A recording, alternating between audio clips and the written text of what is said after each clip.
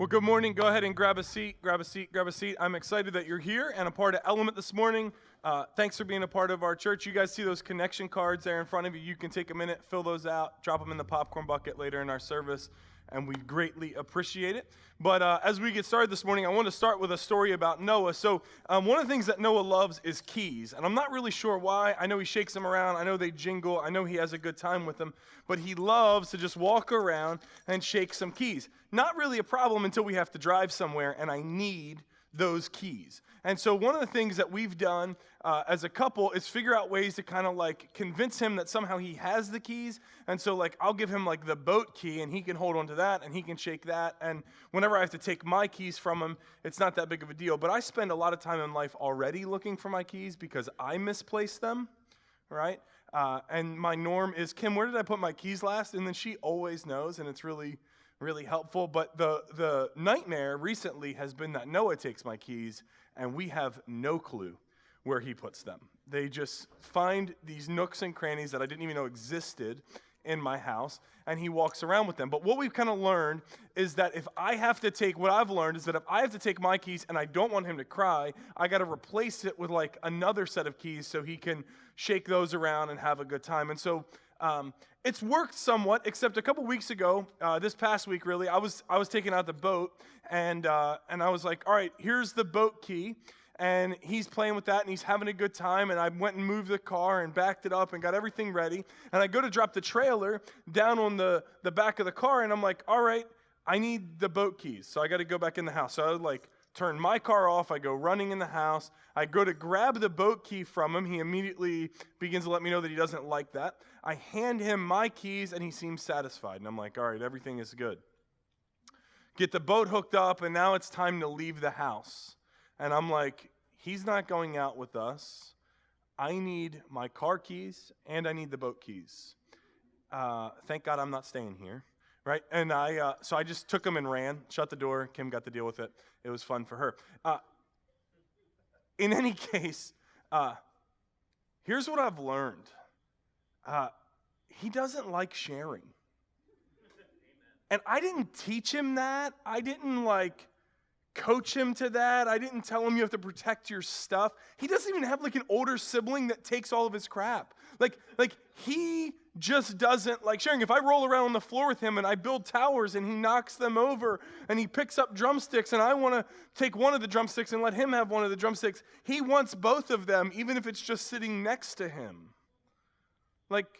Parents, you guys get this. You didn't have to teach your children not to share. You didn't have to tell them, no, protect what's yours. Keep it for yourself. Make sure that nobody else can have it. And here's what I began to realize as I was driving the boat to the ramp and thinking about this week's message. It's that sharing isn't natural for anyone. And so this morning we're going to do a message that has to do with community and how vital community is to our lives. And here's the pushback I always get. Well, that's just not who I am. I just don't open up. I don't tell people about my life. I did that once, and you know what? It went really bad. So that's good that you're talking about it. People need that. I hear this one a lot too. That's good for everybody else. But I just don't share my feelings. That's not natural for me. And you're right. It's not for me either. It's not natural for me to be vulnerable. The norm, right? Let's get into the norm of what our society does. The norm is to pretend and to post something fake. I was going to show a picture this morning, but I didn't get it to the guys in time to be able to get up there. Here's what I was going to post, though. We have one picture that Kim and I took last fall that we posted online. It was a picture of me, Kim, and Noah wearing some sweaters, and then we weren't all matching whatever. It wasn't that because I just refuse to do that, right? I will never be the family that has all the same outfit on. If my family does that, I will have something different on I need to be a little bit more unique than that. It drives me crazy. I make fun of those people. If that's your card you send to my house, I will laugh at it, not with you, all right? In any case, for me, we took this picture and we posted it, and it looked great, and it got all kinds of likes, and people loved it. Here's what you didn't see. You didn't see on my phone the 47 other pictures we took of that same picture. where Noah's looking away, or I'm just cheesy smiling because I'm like, this is stupid and I hate being out here, or I'm giving Kim a look like, why are we still taking pictures, or she was blinking and it wasn't the perfect shot that she wanted. And so an hour later and a couple arguments later, we finally get the picture that we post on Facebook. And everybody likes it, and everybody looks at it. But it's definitely the highlight reel. It's not reality. Reality would be, we took 50 pictures, we don't even want to talk to each other, but that one got posted. And I don't think I'm the only one. Right? And like we've built this like culture, we live in a culture that just builds in this mentality of like you present well, you put on a good face, you smile right. I could look at some of y'all's phones and like see how many selfies you took. And it's like, well, I post the 38th selfie because that's the one that turned out best. And I'm like, great, you wasted 38 minutes taking a selfie. And most people wouldn't view it that way. But the reality is, most of the time what we post and what we present to the world around us isn't actually who we are or what's going on inside. Because if we were to do that, sometimes it goes wrong. People take advantage of it. Somebody points it out. Sometimes we do that in the church and it really gets picked on. Like, you open up at church and it's like, oh, stay away from me. Stay away from my kids. Stay away from those people. And some of you walked away from church because that was your experience, and I get it. I get it.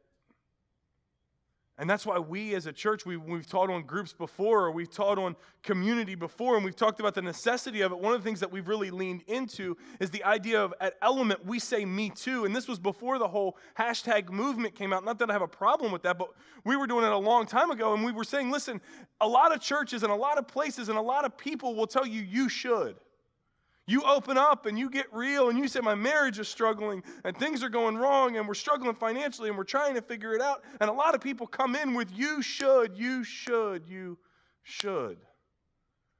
And we said, we don't want to be that group. We want to be set apart from that. We want to say me too. And it's not that like I need to one-up you and I need to have a story that's just as bad as yours or just as dramatic as yours, or that it needs to even be created to be that way. It's me too is not about I'm trying to trump your story. Me too is about the way your brokenness affects you is the same way my brokenness affects me. And my brokenness can be completely different, but it's all wrecking me, just like it's wrecking you.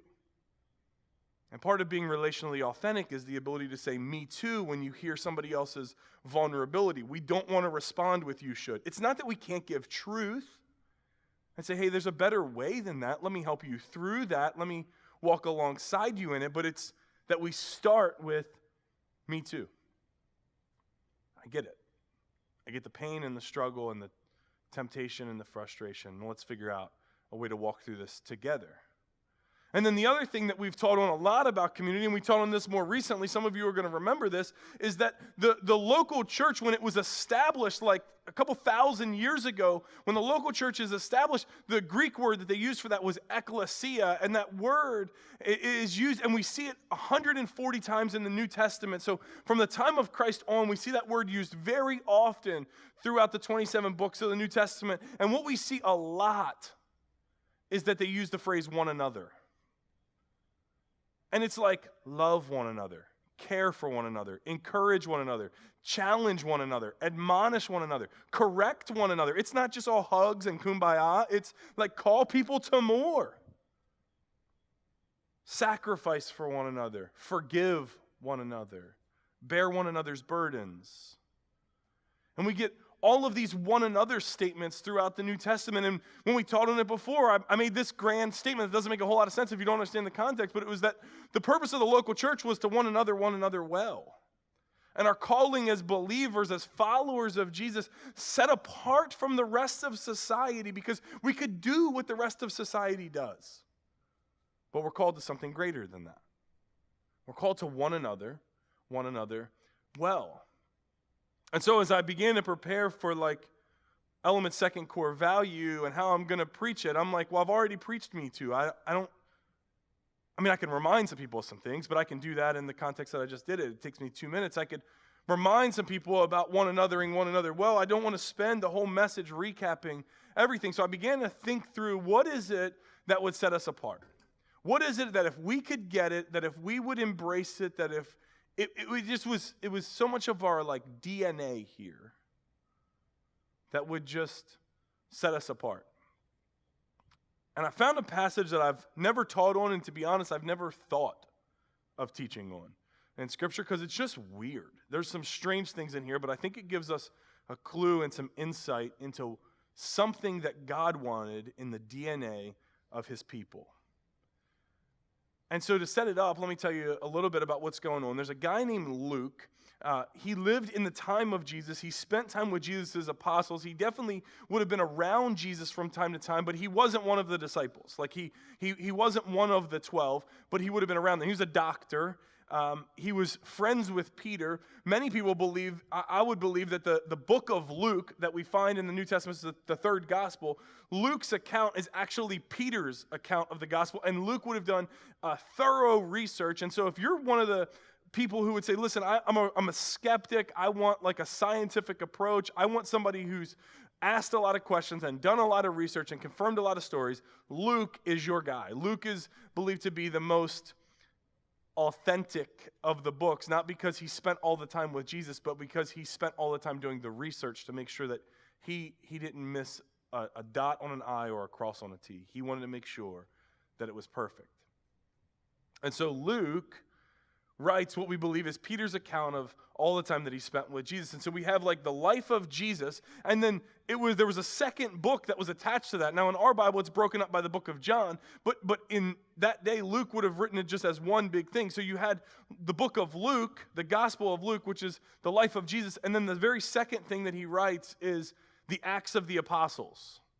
And it's this idea of like, okay, we have the life of Jesus and how significant it was and all that it sets up. And now that we know that, Acts chapter 1 starts with, and Jesus ascends into heaven, and then the rest of Acts is, and the local church begins. Here's how the apostles carried on the mission that Jesus gave them. And for pastors, and for us as believers, it's amazing. Because we get to take a look at what the early church did. And I'll be real, a lot of people, a lot of churches, a lot of pastors use Acts 2. And if you grew up in a church background, you probably have heard like, we need to be Acts 2:42. We need to be Acts 2:42. We need to be Acts 2. We need to be that. I don't think Acts 2 is the goal. I think it's the launching pad. Like, basically what happens at the end of Acts 2 is that they're spending time together, they're eating meals with one another, they're being real, they're being vulnerable, they're having all these conversations. Peter gets up and preaches, and he brings like a strong gospel message, and it's really insulting to the people that he preaches it to. The people come, and Peter goes, hey, the Jesus that you all killed, he actually rose from the dead, and he's worth following. Like, no sense of like, let me beat around the bush here. You murdered him. He rose from the dead anyway. Now you need to follow him. Repent. And 3,000 people repent, are baptized, are added to their number that day. And then what it says is that as they continue going, as they continue spending time together, as the apostles continue teaching so that they know how to function as a group, as they learn how to one another well, it says that people were added to their numbers daily. And we get this movement that just begins to grow and to take off.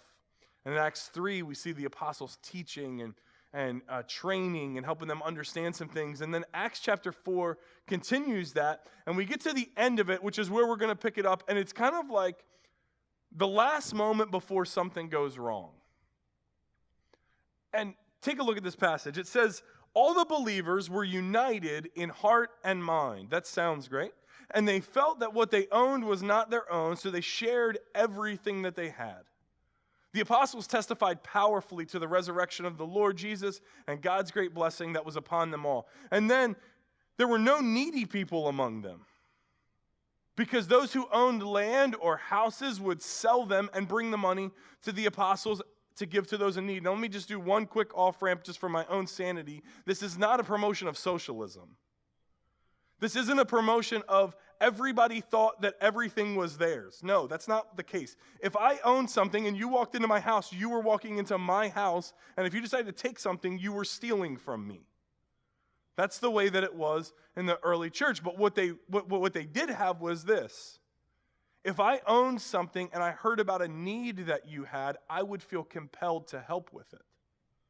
And so I was willing to make some sacrifices. I was willing to give up some things that I had for the betterment of your life. And so what they have is a group of people who are not just borrowing from each other continuously, but it's a group of people who are saying, when we hear about those in need, we want to help. God has blessed us. God has given to us. God has equipped us in ways that we didn't imagine. And so when I hear that somebody's in need, when I hear of somebody's broken down car, when I hear of somebody's issue with the crops went bad this year, I want to help. And so I'm going to make some sacrifices. And I'm going to do some things so I can meet the needs of those around me. And listen, this isn't a message on giving, but I just want to lean into this. You guys are really faithful in this. There are some people that are sitting around you, maybe it's you, that have been really faithful this year. And when you walk past that offering bucket, you drop something in. Or when you go online, you set up giving so that it just continuously comes in so that we know that we have it. And it's been unbelievable, some of the things that we've been able to do this year. We've been able to help single moms prep their kids for school. You guys have brought in school supplies that we're able to give away. We were able to bless the teachers and the faculty of this school that when we dropped off tissue boxes and dry erase markers, you would have think they hit the jackpot. I didn't put down a winning lotto ticket.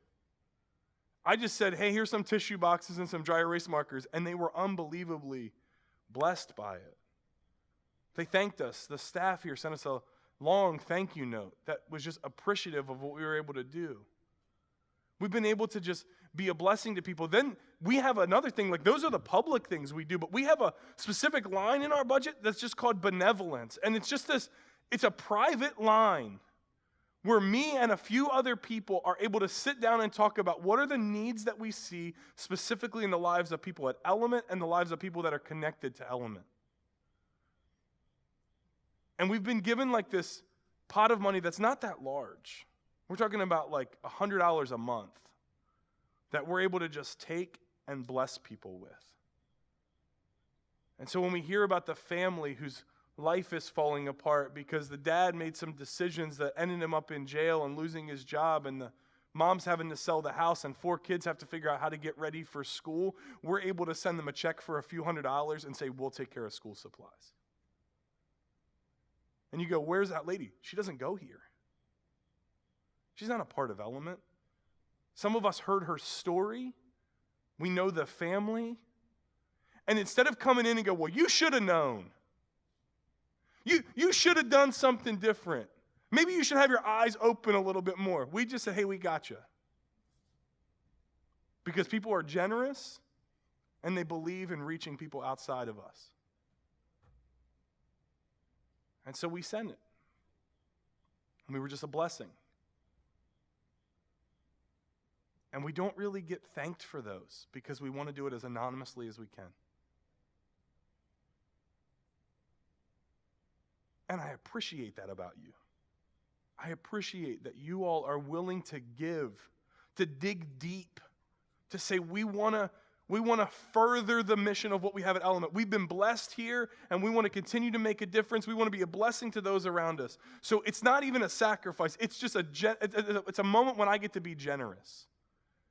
And I know that my money's going to something good. Thank you for that, because you have no idea how many people we've been able to bless this year because of it. And that's what the people had bought into. That's the early church. This is what they're doing. They said there's no needy people among them. When the church is the church, we don't need welfare.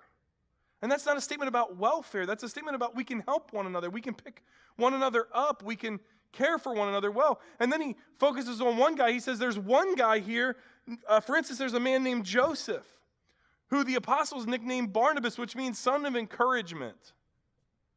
He was from the tribe of Levi. He came from the island of Cyprus. He sold a field he owned, and he brought the money to the apostles. So I don't know why he gets singled out here. Maybe it was a huge field. Maybe they just really liked him. Maybe he was just a guy that loved to be generous. For whatever it was, he gets noticed. And it's in comparison to this next guy. Because if I'm real, At the end of Acts 4, I'm like, that's great. And we can do that some, but that sounds way too utopian for me. Like, the idea of everybody like selling their houses and selling their cars and bringing the money to the church so we can just continue to bless people. I'm like, God, you move and we'll figure out the best way to manage all of those resources. But that's so far out of the scope of what I see in our lives. And so it's like, how do we do that? Well, Acts 5 starts this way. It says there was a certain man named Ananias. With his wife Sapphira, they sold some property. He brought part of the money to the apostles. Not a problem, but here's where the issue comes in. He claimed it was the full amount. With his wife's consent, he kept the rest. And then Peter said, Ananias, why have you let Satan fill your heart? You lied to the Holy Spirit and you kept some of the money for yourself. Essentially, what he's going to get into here is you could have sold the property and done whatever you wanted with it. There is no guilt trip coming from the church. There is no obligation for you to do it. We're not beating you over the head. We don't know exactly what you sold it for. So why are you misrepresenting it? Why are you allowing Satan to influence you? You're part of God's church. Why are you acting like the rest of the world? You're part of God's church. Why aren't you set apart from who we're called to be? He says the property was yours. Take a look at this. The property was yours to sell or not sell as you wished. And after selling it, the money was also yours to give away. And he doesn't say this, or to keep. How could you do a thing like this? You weren't lying to us, but to God. And as soon as Ananias heard these words, he fell to the floor and died. Like, straight in the middle of the church. It's weird. Everyone who heard about it was terrified. Yep. Then some young men got up, wrapped him in a sheet, took him out and buried him. And we have the institution of the church graveyard. Right? There's the first one. I don't know why they would have had it any other time. Guy literally comes before the church and he says, here's everything we got for selling this property. Let's just imagine for a moment that it's $50,000. He's bringing 30 grand to the church. That's a huge gift. It's a generous gift. There's nothing wrong with that gift. He could have walked in the door and said, God bless me, and I wanted to give part of it back to the mission that I believe in the most. And they would have celebrated.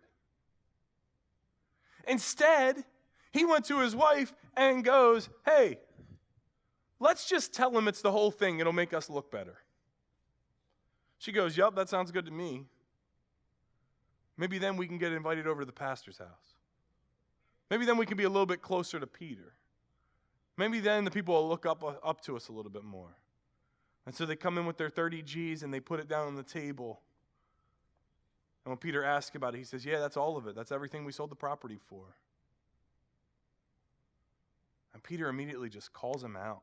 Why are you lying about that? And he's like, you're acting like you're putting on a show for us, but what you don't realize is that you're lying to God. Like you're bringing something that's meant to now be sacred, and you're just like messing it up with your sin. And when he calls him out for whatever reason, Ananias falls to the floor and dies. Now, I believe God plays a big role in that. Everybody who hears about it is terrified. Some young men get up, wrap him in a sheet, took him out and buried him. And then 3 hours later, his wife came in, not knowing what had happened. Peter asked her, was this the price you and your husband received for the land? Basically, did you sell it for 30 grand? She says, yep, that was the price. Peter said, how could the two of you even think of conspiring to test the Spirit of the Lord like this? The young men who buried your husband are outside the door, and they'll carry you out too. Instantly, she falls to the floor and dies. And then when the young men came in and saw that she was dead, they carried her out, buried her beside her husband. Great fear gripped the entire church and everyone else who heard about it. See, that last sentence makes a ton of sense to me. There's some things I'm really confused by in the middle of there. Like, is this God killing people for lying to him? Is this God allowing somebody to die that was like part of his local church? See, I listened to one pastor this week talk about this passage, and he said this. He said, I believe that Ananias and Sapphira were believers. I believe that they had followed Jesus, that they had been baptized, that they were submitted to what Scripture says, but they made a bad decision to sin. And when they did it publicly. And it wasn't that their sin was meant to be hidden. It was that they were lying to God. And he said, I believe that in this moment, Ananias and Sapphira fall to the floor, breathe their last, and wake up in the presence of Jesus. And here's what I know. I don't know if they were Christians. I don't know if they were following Jesus. I don't know if they had been baptized. But if they had submitted their lives to Christ and were following him and made a bad decision, this sin doesn't stop them from entering into the presence of heaven. One of the firm beliefs we hold to here at Element, because the Bible is our authority, is you cannot lose your salvation. At the moment you've decided to submit your life to Christ and turn it over to him, that does not go away. There's not something you can do or a way that you can live that walks you out of the presence of God. So no choices about your sexuality, no choices about your money, no choices about your lying, no choices about your politics will walk you out of the hand of God. He has got you. He will protect you. He will keep you. Will there be consequences to the sins and the choices that you make? Absolutely. Absolutely. They're dealing with a consequence of their bad decision. But if they were following Jesus before, they're in the presence of Jesus now. I firmly believe that. But maybe they were just at the church playing the game, pretending. And Jesus talks about this in Matthew 7. He says, there will be many at the end of time that will say to me, Lord, Lord. And he'll say, get away from me. I didn't even know you. And they'll say, we prophesied in your name, and we preached in your name, and we talked to people about you. And he goes, you may have done that, but you never knew me. And so there are people, I don't want to pretend that there are people who come to the church who know how to play the game well, who will never enter in the presence of heaven because they've never started a relationship with Jesus. It's the scariest verse in all of Scripture for me as a pastor. Because it means the fact that you're sitting in this seat gets you no closer to heaven.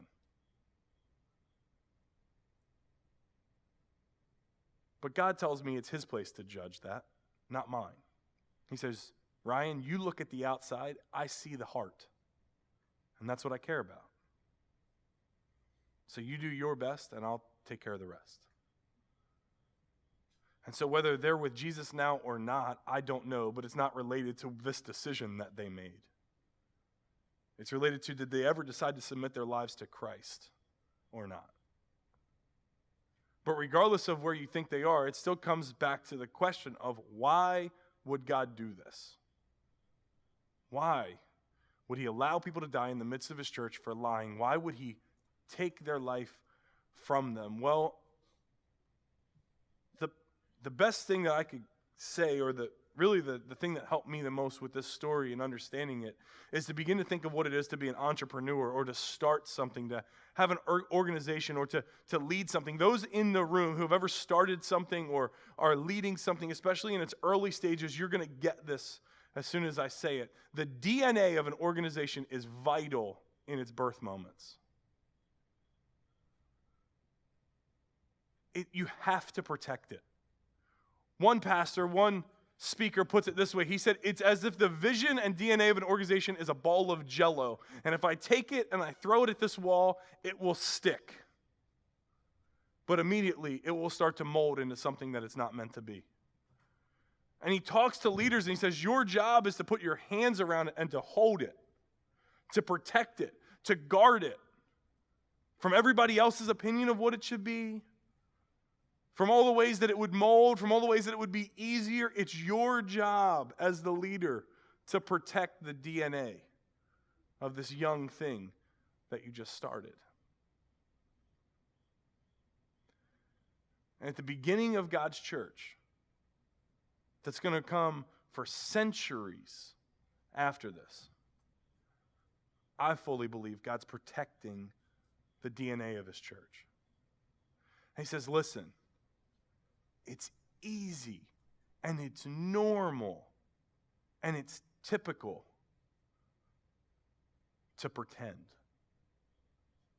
It's easy and typical and normal to misrepresent yourself to make yourself look better. Everybody can do that. But I called you to be set apart. I told you to be holy as I am holy, to be set apart as I am set apart, to be in this world, but not of this world. And that doesn't mean we just like build a commune with like a middle finger sign that says stay out, and we just like huddle ourselves in there. No, not at all. It's we're in the world, but we don't have to follow the pattern of the world. Because what may be normal may not be best. And God's saying, listen, it's too vital. It's too vital. This thing will never grow. We won't be talking about it thousands of years from now. It won't matter to anyone. People will miss the mission of the church. People will miss the gospel if we don't learn how to live in community. And so God uses this to send a message to everyone that says, one of the marks of my church, one of the things that sets us apart is authentic community. So the thing I want you to get above everything else this morning is this: authentic community sets the church apart. For you to come in and to be fake, for you to sit in a row and never get in a circle where you can have a conversation, you're missing it. You're missing something. The core value here at Element that we talked about last week is that the Bible is our authority. And then because it's about truth. And then this week, the thing we want to lean into is this: that life is better together. It's not that you can't do life alone. You can. You just weren't meant to. Guys, let me just lean into you for a minute. You can do life playing video games and talking trash and building prestige on Fortnite. I always loved the line. I played Call of Duty a lot. And when Call of Duty would come out, I'd take off for a week, and I'd stay up for like 36 straight hours and play, and then I'd sleep for 4 hours and just get right back to it. And what that led to was I was not the best Call of Duty player, but by like 2 o'clock in the afternoon on the day that it came out, I had already prestiged. Because I had literally played for like 15 straight hours. It was like a bit of an obsession. And the thing that always made me laugh was that people who were better than me would just say that they were better than me, and they would be like, oh, you suck, whatever. People who weren't as good, people who hadn't progressed as much, their line was never, you're better than me. Their line was always, well, you have no life. Right? That's what they would always go to. It's like, I'm either better or you don't have a life. I can't admit that you're actually just a better player than me. But we can chase that. But that's not real community. I have my friends on Xbox. Cool. It's not the same. Do you get real with them? Are you vulnerable with them? Do you have conversations that start with like, I'm really struggling with? I'm hurting because I need help with something besides how this map is laid out or what gun to choose?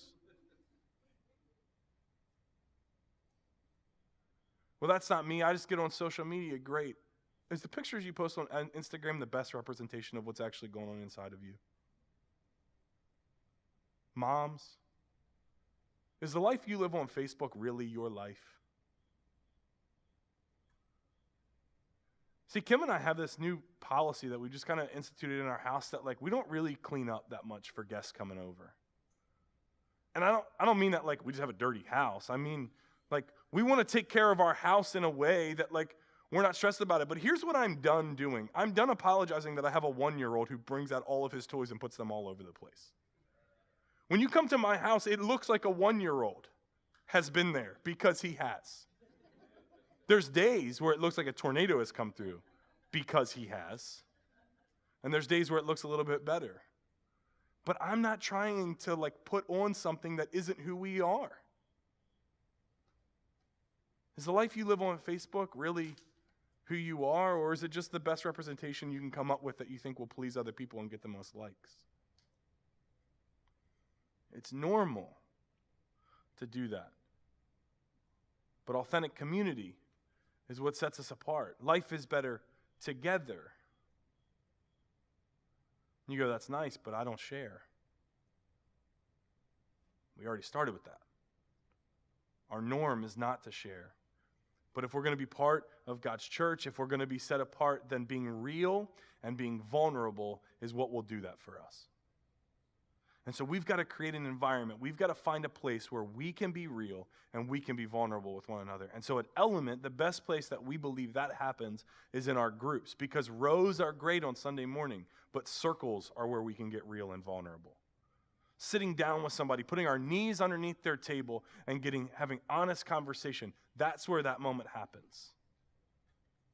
And so we started asking questions as a leadership team at Element. We began just talking about why do we do groups, and we came up with this. So like, it's to be real, it's to be vulnerable, it's to be authentic, because authentic community is a necessity for us. So how do we do that? So then we began to ask the question, how? How do we build this? How do we create an environment where people can be real and open and honest and vulnerable and safe in that space, but challenged to be better? How do we create space for people to one another well? And who can lead it?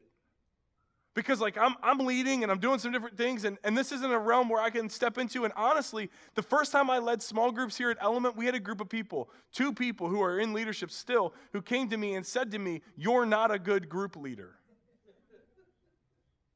And I went, "I know." And they said, "You talk too much." I said, "I know." And so I knew I wasn't the right person to lead this, and Liz is leading some things in kids and some different stuff that's going on, and we began to ask, who can we equip, who can we begin to do it? So I want to bring out Savannah. Savannah is Francis's wife, but Savannah is somebody that I've known for years. She was part of a youth ministry that I led, and this isn't about how do I just put people that I like and that I've been friends with for a long time in leadership. The real question came down to who is passionate about groups, and who, regardless of groups, is willing to be authentic and real and vulnerable. Who's willing to step outside of their comfort zone and into what is best for us? And Savannah is that person for me. She's somebody that I look up to and respect a ton. She's somebody who has so much more of life together than it seems like I do at times. And I'm excited for her to be able to tell you a little bit more about herself and about what groups are going to look like for this year, because many of you have been asking, how can I get into a group? How can I get connected? And this morning is going to be an answer to that question. And so, Savannah, for the people who don't know you like I know you, because I could tell a lot of stories you probably don't want me to tell. Yeah, no thanks. But for the people who don't know you as well as I do, tell us a little about yourself. Yeah, I'm Savannah, so nice to meet you, those who I haven't met. But I'm married to Francis, the guy who brought out our stools. Tall guy, yep. We've been married since February, so we're still really new. So anyone with marriage advice, I welcome it. Please give it to us. Yeah, I've been in full-time city ministry for 2 years, which I've loved. And yeah, I'm really passionate about groups, really because I think, just like you were saying, I think authentic community really changes us, and real relationships really change us. And I really experienced this in college, when I got to my freshman year, and I'm sure many of you have experienced this. You kind of get there and you're realizing oh, I can live life my own way. I don't have to live life the way I have forever under my parents' roof. I can kind of choose what I want to do. And so I was trying to decide if the faith I had grown up with was really something I wanted to continue with, and I wasn't really sure I believed in it or if it was worth following. And so it was just a really confusing time in my life. But I decided to join a group on campus just because I wanted some answers to those questions, and I didn't really want to let anyone in. I was like, I'll just join, kind of learn some things about God, but not make any friends. I'm not really into that. But of course I got there, and I thought maybe they would guilt me into following Jesus by telling me that I needed to, that I should, or they would teach me a new way to read the Bible that just opened my eyes to something new that I hadn't learned before. But instead, they just really loved me and let me ask a lot of crazy questions. And they just walked through this time in my life with me and kind of held my hand through it and were real with me about their own doubts in their faith and just loved me through it. And so I'd kind of lived life up to that point of I don't want to let anyone in. I just want to deal with this myself. And I really learned that I can experience God's love and grace the most through other people, and that he values people and uses people out of anything else. That's why the Bible is full of stories about people, because that's who he uses to do his work. And so I was just realizing that through them loving me, I understood more about God than I had before. That's great. So what do groups look like this year? How do we create that environment for everybody? Yeah, so because of that, we're changing how groups are going to look like in the fall. And so we're having groups meet every 2 weeks, which is a little different than what we've done before, but we're still giving you something weekly. So every 2 weeks, your group will meet, and then on the off weeks when your group isn't meeting, you're going to meet with 1 or 2 people from your group, and this is going to be called like your growth team. That's great. So these are really the people that we want you to build real and authentic relationships with each other, walk through life with each other, support each other, have accountability, and just, I love this because I think it can be really simple as like FaceTiming or playing basketball together or getting coffee, but just asking each other how you're doing, how you're growing, where you're struggling, and praying for each other continually. That's great. One of the things I love that you said to me as we were talking about this before, one of the things she mentioned was like, one of the growth teams that I was in college, I didn't really like the people in it. And I know you guys wouldn't have that issue with not liking somebody else that's sitting around you if you were in a team with them. But in reality, you said it was in that moment that I grew the most because that person pushed me more than I thought. Yeah, I literally, as soon as I got paired with this person, I was like, I'm going to die. This is going to be terrible. Like, I don't know how I'm going to do this. And I really learned so much from that person because they were so different from me and just had a totally different perspective on life. And as I got to know them more, I was like, oh, this is why you do this. And I understand, like, you're acting from a place of hurt or pain, which gave me more empathy for them and helped me understand them more. So they taught me so much, even though I was not excited about being paired with them at all. At the end of it, we ended up being friends, and we're still friends. Great. So yeah. Mm-hmm. Yeah. So how can people get involved? If they want to sign up for a group, if they want to get connected, what's the best way for people to do that? Yeah, so you can go to elementchurchlaurel.com, and it should be right at the front page, and we're actually ready to launch 2 groups. And so the first one is Financial Peace University, and that's going to be led by Dave and Jen May, and I'm really excited for this one because they have such a heart for leading people on how to do finances responsibly, which I think, as everybody knows, like, adulting is really hard, finances are really hard, and a lot of us don't know what we're doing. And they've gone through this program themselves, and it's really changed their life and how they do finances. And so I think that's just going to be such a great group. And so that'll be rolling out in October. And if you want more details, you can look at the website. And then Ryan and Kim are also leading a group, and it's going to be like a dinner party kind of group where they're just going to come together and make dinner and kind of have someone talk about how they're growing or what they've learned. And so it's kind of going to be like a peer-led group, which I think is a really cool concept. And that'll also be launching in October. And so all the information for that is on the website. You can sign up for the groups, which will be really helpful for the leaders just to know, like, who's coming, who's interested. And we also have some room for probably 1 or 2 groups if someone wanted to start one. And so if you're interested in leading, I really challenge you to do that. I think it's so cool to lead a group and just learn more about people and how to love people well. And yeah, just know, if you're a little intimidated by that, just know that I'll be with you, guiding you through every step of the way. So that's really what my role is. So you're not going to be just like left alone, go lead a group, but I'll be with you. So great. So why make a change? I mean, it's definitely different. We were doing weekly groups. We had social groups. We had semester-based groups. These are kind of like, they start in October. They don't necessarily have an end date. You can get in or out of them. It's a little bit more flexible. Why change anything? Yeah, I mean, I think just like you've been saying, we really want to foster a community and a place where people can have real relationships, because I really think that's the number one thing in our life that helps us grow. And I mean, just like me in college, I think it's really easy to come to a group and not engage with the people and just kind of come and hang out on kind of a surface level and maybe learn something, maybe not, just kind of come because you're supposed to. But we really want to give people an opportunity to meet one-on-one with people and have that deeper connection. And I think, too, just having a real community that could form. I think it's cool that we don't have an end time for these groups, because who knows, maybe one group could end up being a really cool core community that ends up meeting for years or months. So, yeah. Awesome. Is there anything else you want us to know? So I don't want to talk too much. I've already preached. Is there anything else you'd want people to know, or something that they might need to be connected, just a little bit more about you, whatever it might be? Yeah. Yeah, there is something I want to share. I think there's this quote that's been kind of rolling around in my head since I read it. I think mostly because it's really convicting and challenging for me. And it's from a book called Everybody Always by Bob Goff. So if you haven't read it, I highly recommend it. It's about loving difficult people, which we all need. We don't struggle with it. Yeah, because loving people is really hard.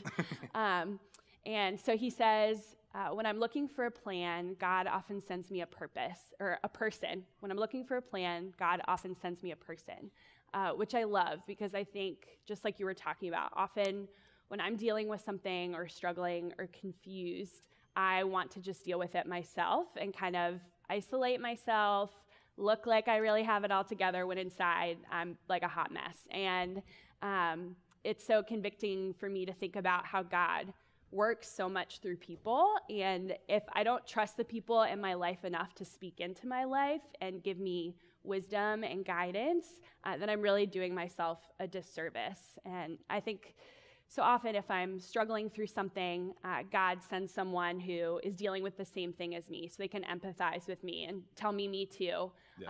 Or if they've already gone through something and have come out of the other side wiser and stronger, they can tell me what they did to get through it and what truths from God were really comforting in those times. And that has always been the single most important and helpful thing in my life is other people.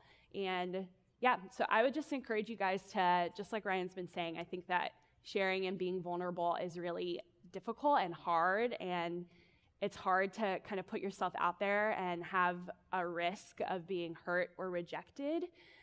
But I think on the other side, there's so much beauty and grace. And so I just encourage you to join a group and launch into these growth teams. And for the groups, like the first time they're meeting is kind of a week zero. And so it's a way for you to go to the group and see, like, is this really something I want to join? Yeah. So you're not like signing a contract the first time you go. And so I just encourage you to go and check out these two groups that are starting up. That's great. Yeah, guys, listen, we want you to be involved in a group. Not because it promotes some numbers or something like that. We couldn't care less about that. At the end of the day, we want you to be able to be part of what God calls us to. We're on a mission that's much bigger than ourselves, and that's to be the church. That's to share the gospel. But part of what sets us apart, one of the marks of God's church is authentic community. And so we want you to be part of a group so that you can experience that, so you can grow and you can take it outside of here. So let me pray for us, and we'll close. God, thank you so much for who you are. God, I thank you for choosing us. We're people who don't have everything in life together, people who haven't figured everything out, but people who are willing to be real, people who are willing to be vulnerable. One of the things that I love about Element is that we get this idea of community well. We do authenticity fairly well. We have real conversations at the lobby. We cuss when we hurt ourselves. We don't put on airs because we're at a church building. We just want to be real. But God, I pray that you would help us to be real in a way that's going to draw us closer to you. And so, God, I pray that this morning the groups may be scary or something different might be intimidating. Help us to get involved. Help us to sign up. Help us to take this step so that we can be a part of something great. It's in your name I pray. Amen. So at this time, there's a couple people who are going to pass a tray down your row. It's something we do here every week called communion. It's simply some juice and a cracker. It's a reminder that Jesus came and stepped into our mess. He stepped into our pain and provided a way out of it. He provided hope for us. And so the juice represents the blood of Christ. The cracker represents the body of Christ. And it's simply a reminder to us that, like, even though we may be hurting, even though we may be fearful, even though something may not be sitting right, he is the one who's on the throne, and we're able to step out of it because of what he did for us. And so you can take that, you can not take that. That's your choice. But the band's going to lead us in one final song, and we'll see you guys next week.